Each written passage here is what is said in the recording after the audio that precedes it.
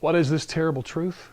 It is that the swamp, Washington, D.C., is stinkier and uglier than ever. Now, before you turn the video off because you think this is going to be some pro-Trump rant, it is not, because it doesn't matter who's president in this sense. If Hillary had won, we would be in the exact same place with all these investigations. It just wouldn't be about Russia. It'd be about, email server, Clinton Foundation, or Benghazi again. It doesn't matter as long as there's investigations. Now, let me tell you how stupid this is.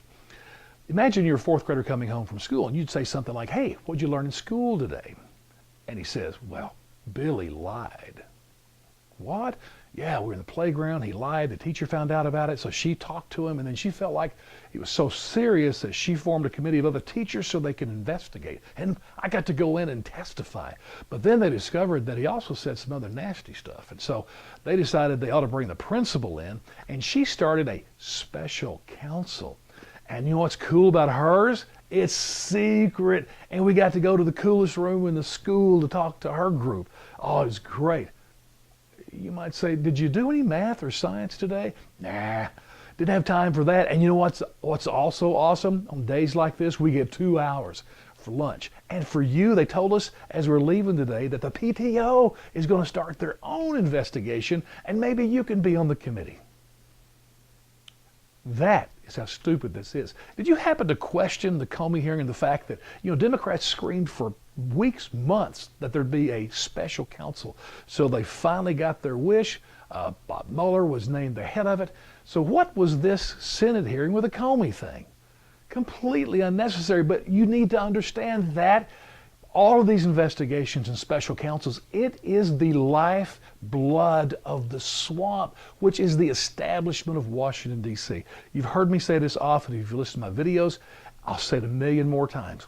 It bugs me that in Washington, D.C., the richest people on the planet, per capita, are in Washington, D.C.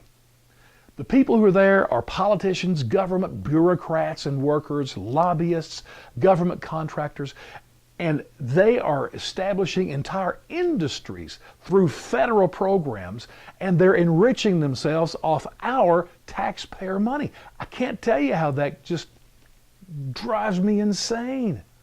And so these investigations covers all that up. It keeps us from not even thinking about that kind of stuff. And even these investigations are industries. I mean, think about it. Every person you looked at that hearing was making probably 6 figures or more off taxpayers. We're paying, footing the bill for all those people and all that time.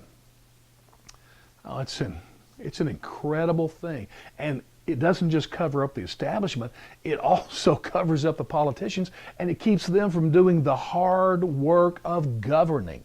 You think you're going to hear about Obamacare or tax cuts or immigration during this? No, of course not. And they're fine with that, because you know what? Their ultimate goal, once you get to Washington, D.C. as a politician, your ultimate goal is to be re-elected.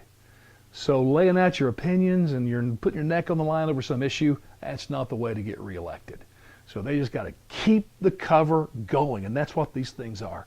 And I'm sad to say that apart from just another revolution, the only way to stop this is that we could band together as people and have a whole bunch of people run for president, Senate, House, whether Democrat or Republican, but they said we're going to break or blow up this whole swamp establishment thing. And then we'll only serve one term. We'll do that and get out.